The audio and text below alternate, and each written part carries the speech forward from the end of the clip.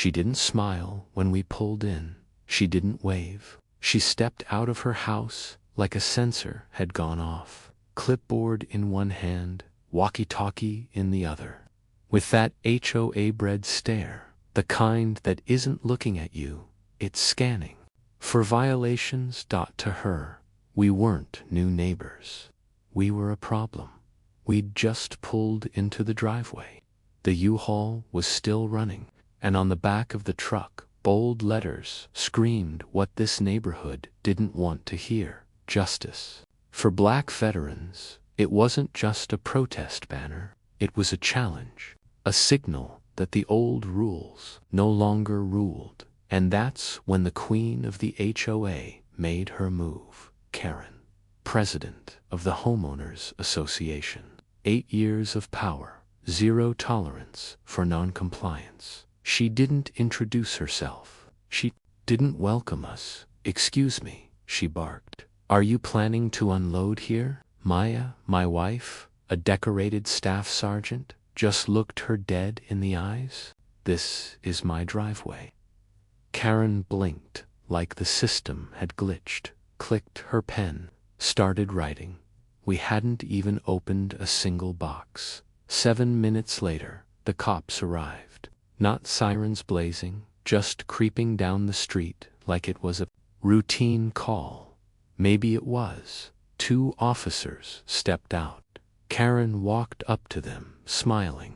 Not a real smile, a handle-it kind of smirk. But Maya, she didn't wait. She stood tall, stepped forward, and calmly pulled out her military ID. "I'm not trespassing. I'm not loitering. This is my home. Do you have a problem with that, officer?" The first officer paused, then saluted. So did the second one. The air went dead silent. Karen's face changed, like someone had slapped her with reality. She stood frozen. No more clipboard.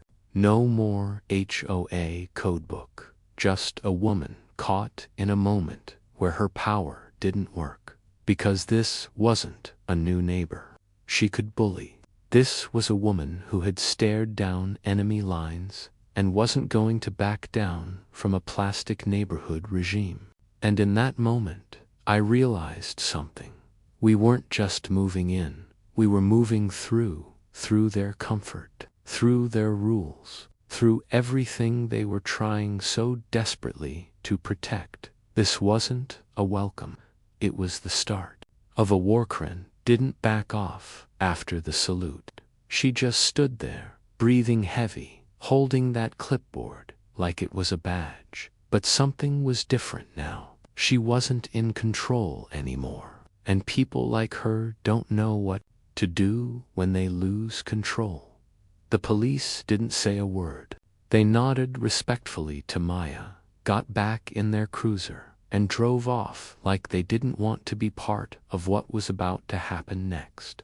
Because here's the truth. No one tells you HOAs aren't about community. They're about control.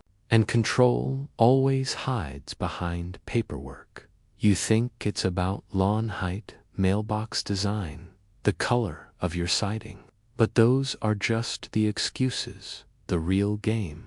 It's about who gets to decide what belongs and who doesn't. Violation. #13B. Unauthorized signage. Violation number 7F. Disruption of neighborhood aesthetic. Violation number 2D. Unapproved vehicle presence. That's what we got taped to our door the next morning. All of them typed. All of them signed by Karen. All of them dated the same day we arrived. She didn't need time to evaluate us. She had already decided it wasn't our truck. It wasn't the banner. It wasn't even the folded military flag Maya kept by the window in honor of her father. It was us. We were the violation. See, HOA rules are written with vague, elastic words like nuisance, harmony, and suitability. Why? So they can stretch and snap those rules on anyone who makes them uncomfortable. and look legal doing it. There's nothing more dangerous than a rule book designed to feel fair, but function like a cage. Karen didn't want compliance. She wanted obedience, but she didn't know Maya, and she didn't know me. We weren't raised to fold just because someone in a cardigan had a title. We'd seen power misuse itself before, and we didn't fear it, so we posted every single notice online. We documented everything: the salutes, the threats, the silence, and suddenly neighbors we'd never seen speak out, started whispering. Some even sent us messages. We always wanted to speak up, but she controls everything. The illusion was cracking, and Karen knew it. The HOA wasn't built to keep peace. It was built to keep people in their place. And she was about to learn what happens when one of those people fights back. We thought the worst was over after the cops left. We were wrong. Karen wasn't trying to enforce the rules. She was trying to break us. The next morning, our mailbox was gone, just ripped off the post. No note, no HOA citation, just silence. That night, our internet cut out twice. The provider claimed it was a routing issue. We called 3 times. They had no explanation. We knew what this was. It wasn't coincidence. It was the beginning of the squeeze, isolated enough to feel watched, visible enough to feel judged, subtle enough to deny in court. Karen had played this game before, and now the neighbors were shifting. Not all of them, but just enough. Some walked by and refused to make eye contact. Some started turning their porch lights off early. One man we passed at the corner, who smiled at us the first day, now walked his dog across the street to avoid us entirely. This wasn't about the rules anymore. This was social pressure warfare, engineered by a woman who'd made this neighborhood her personal power farm, and the HOA. They weren't just letting it happen. They were complicit. We filed a formal request for the HOA bylaws. They stalled. We asked for copies of complaint logs. They said we needed to request them in person at the next board meeting, which, coincidentally, was just rescheduled. For 2 months later, the system was slow on purpose, because it wasn't designed to serve people. It was designed to wear them down. But what Karen didn't understand is that Maya wasn't raised to be worn down. She was trained to outlast sieges. So we adjusted. We installed motion lights, set up internal cameras, started logging every incident, timestamps, emails, audio, not for revenge, but for exposure. Because if there's one thing bullies fear more than resistance, it's a record. We started reaching out to former residents. One woman said she'd been forced out after her teenage son dyed his hair blue.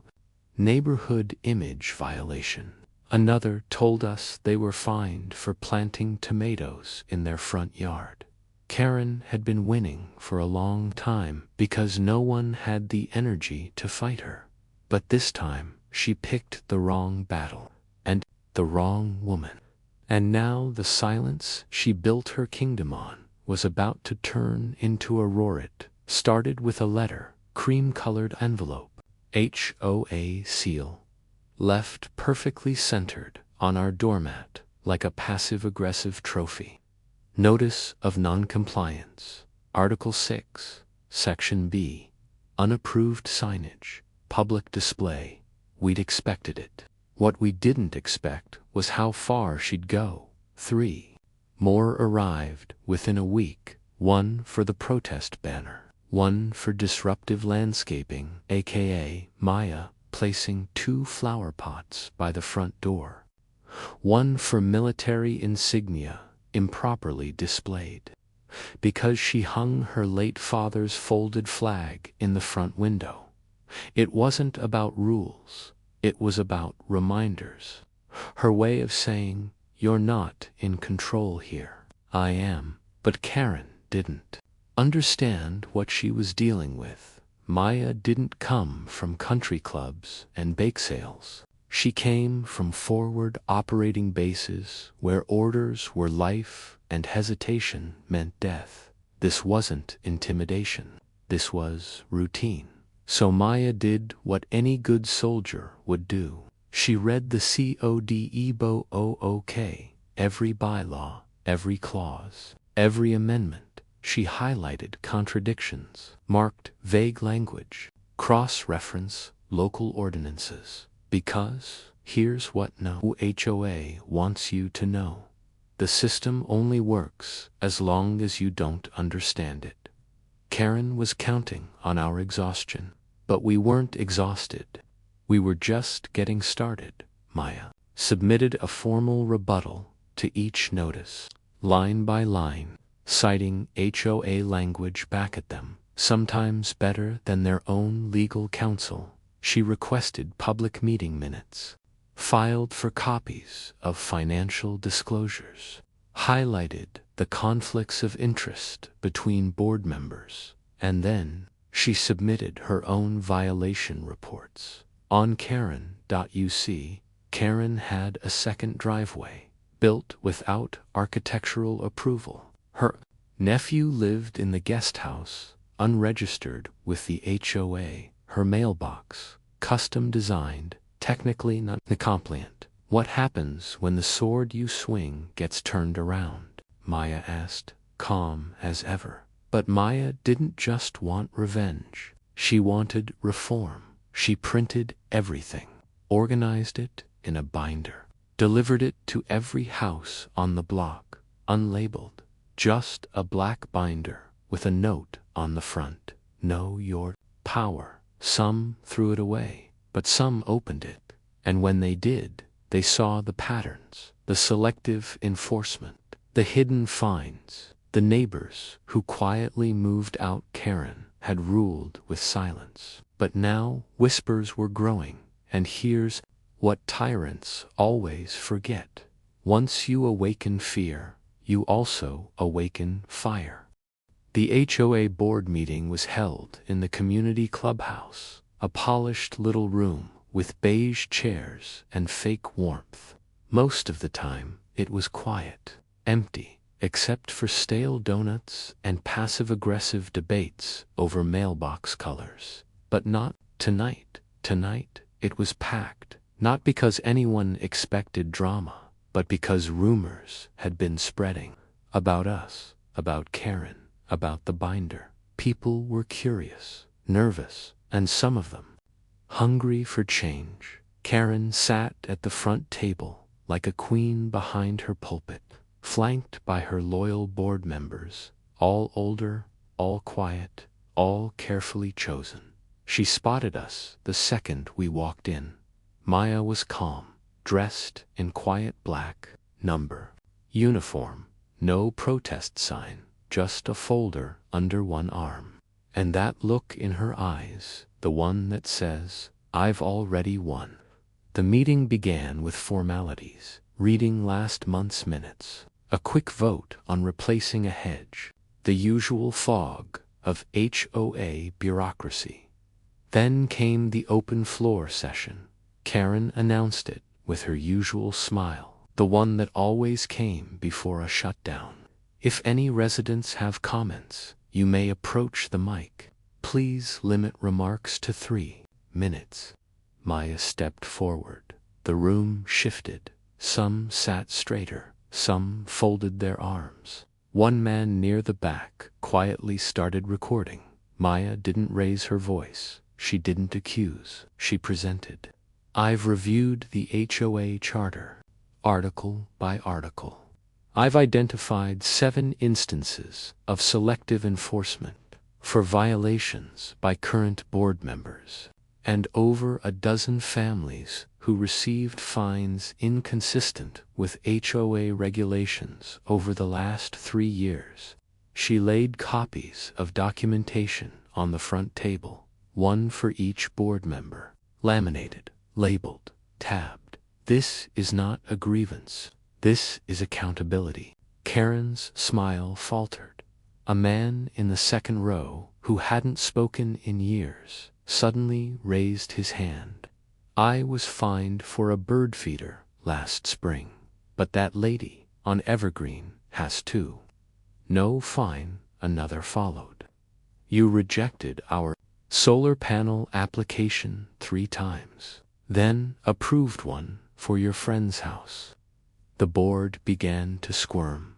Karen tried to regain the room. Please, please, let's keep this constructive. But it was already too late, because fear only works when people feel alone. And tonight, we weren't alone anymore. We were a movement, the binder, the violations, the facts. Maya didn't bring a complaint. She brought a case. And Karen realized something she never thought she'd feel in this neighborhood: powerless. 3 days after the board meeting, we received a letter. Not the HOA's usual passive-aggressive notice. This one came certified. It was a cease and desist from the HOA's lawyer. They claimed we were spreading false, defamatory materials. They wanted Maya to stop distributing the binder, take down the online posts, issue a retraction, or face legal consequences. They weren't warning us, they were threatening us. Karen had activated the next phase of her system: legal intimidation. Because when clipboard politics fail, paper bullets come next. But here's the part Karen didn't understand. We weren't afraid of paper. We had truth, and truth has teeth. So instead of backing down, Maya leaned in. She posted the entire cease and desist letter on her social media with the caption, "When bullies can't refute your facts, they try to muzzle your voice. We won't be silenced. Not now, not ever." Within 48 hours, it went viral. Veterans groups reposted it. Civil rights pages picked it up. Local journalists reached out, and suddenly, the story wasn't just ours. HOA targets Black military family over flag and protest banner. Decorated vet faces, retaliation from suburban power structure, neighborhood or noose.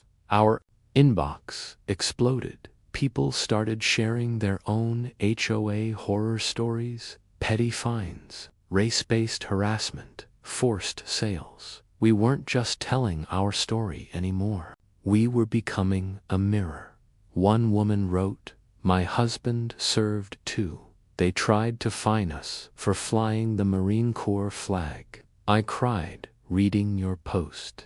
Another, "Our HOA banned us from putting a wheelchair ramp in front of my father's house. Thank you for speaking up." The message was spreading, and the board, they panicked. One member resigned quietly. Another tried to delete their HOA email address. Karen, she issued a statement. It was cold, legal, defensive. The HOA operates under a shared community framework. Enforcement is applied equally.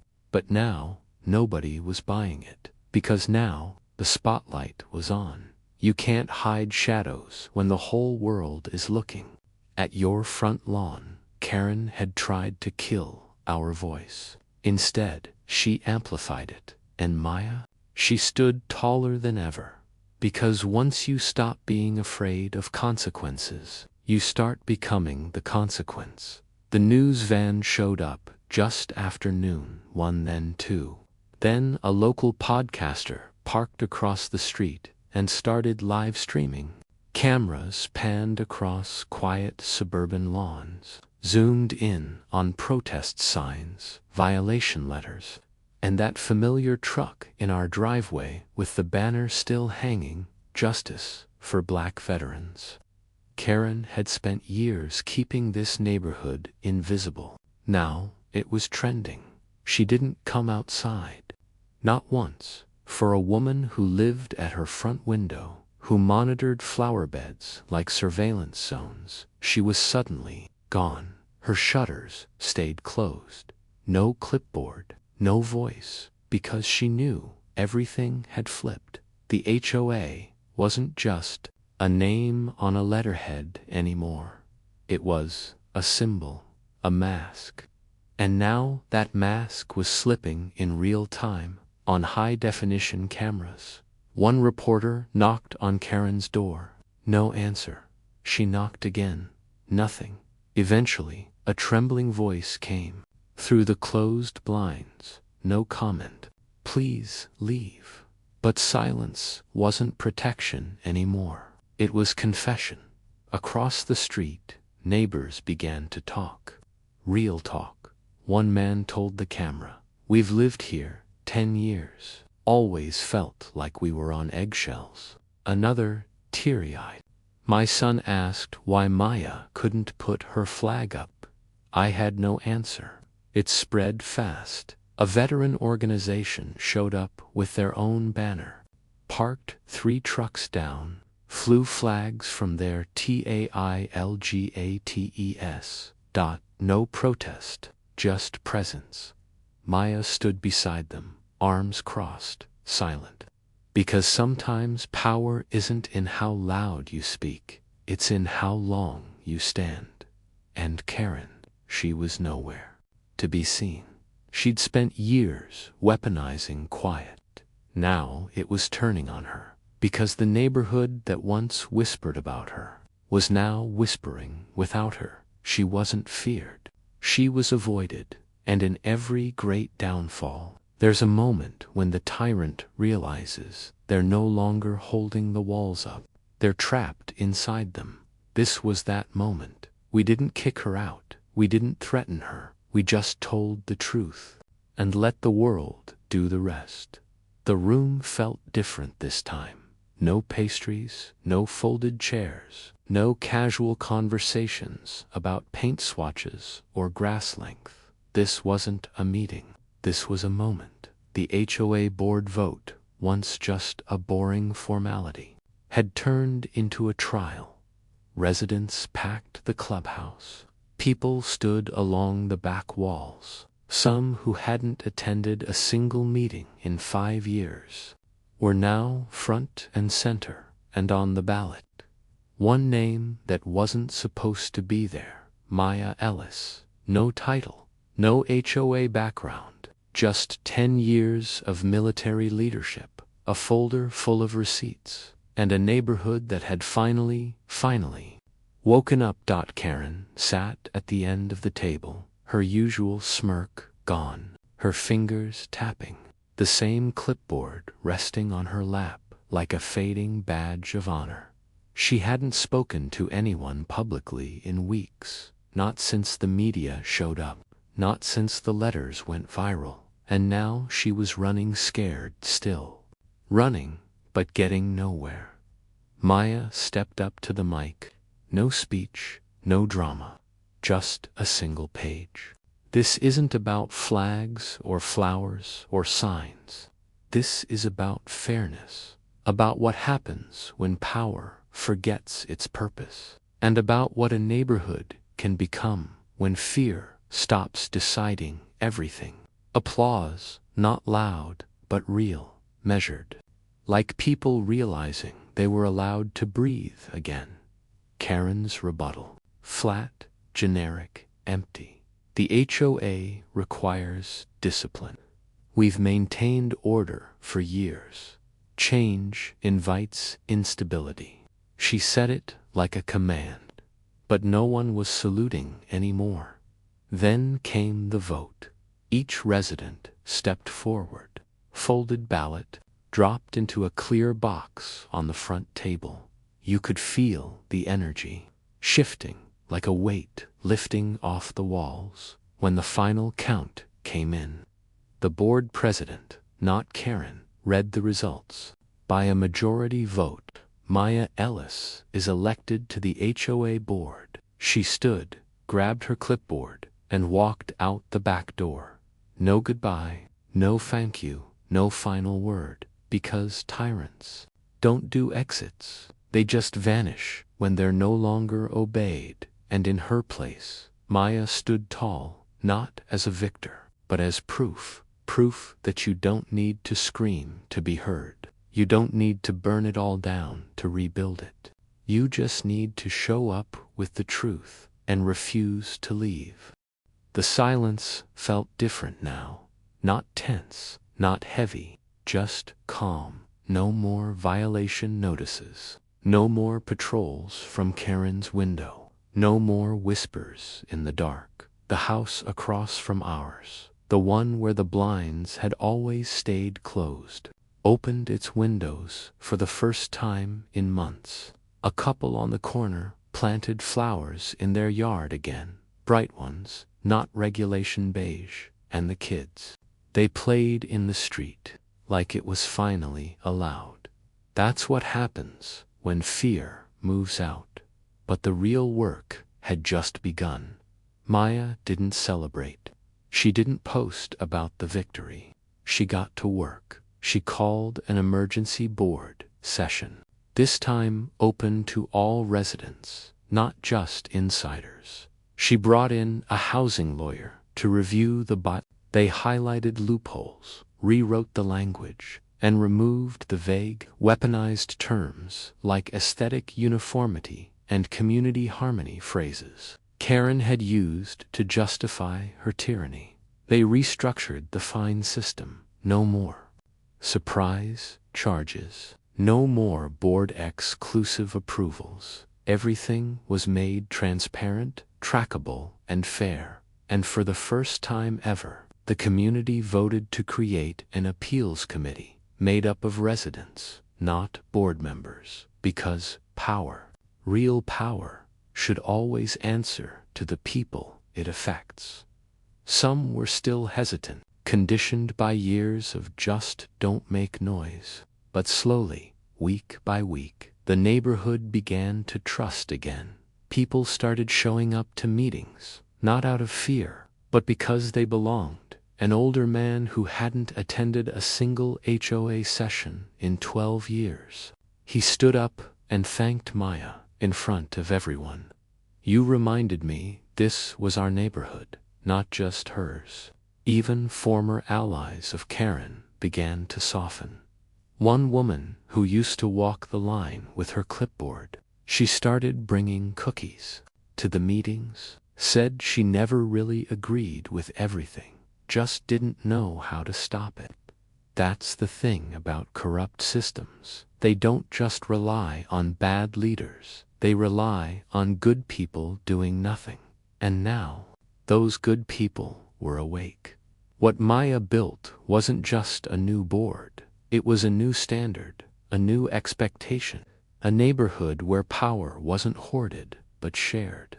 Not everyone agreed on everything, but for the first time in a long time, disagreement didn't feel like war. It felt like democracy. We still live there, same driveway, same truck, same folded flag in the window, but the street doesn't feel the same. It feels awake. New neighbors knock now. They don't bring violations. They bring welcome baskets. Kids skateboard down the sidewalk without worrying if they're disrupting the atmosphere.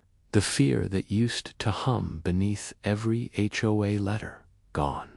Karen's house is still there, but she isn't. She sold quietly, no goodbye, no closure, and no one really noticed, because she was never the roots here.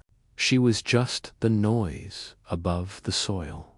What Maya built, that runs deep. She never wanted control. She wanted clarity. She wanted a system where rules served people, not ruled over them. And in the process, she built something more powerful than compliance. She built trust. It wasn't easy. Some nights were quiet and cold. Some meetings got heated. And more than once, we asked ourselves, is it worth it? Fighting a war in your own backyard. But every time we passed that mailbox, the one Karen had yanked out in her first act of power, we remembered. This wasn't just a house. It was a line drawn in the sand, a stand against the kind of control that pretends to protect you, while quietly controlling who gets to belong. And Maya, she never stopped serving. Only now, the battlefield isn't overseas. It's behind HOA tables, in front of neighbors, between the fine print of codes that used to punish but now protect. That's her legacy. Not a flag, not a title, not a microphone moment, but a neighborhood that no longer punishes difference. A place where a black veteran woman didn't just survive the system, she rewrote it. So if you ever roll down our street and see that house with the banner in the garage window, faded but still hanging, remember, that's the house power couldn't break. The one that stood tall when silence demanded it kneel. Because sometimes the strongest walls are built after the fire.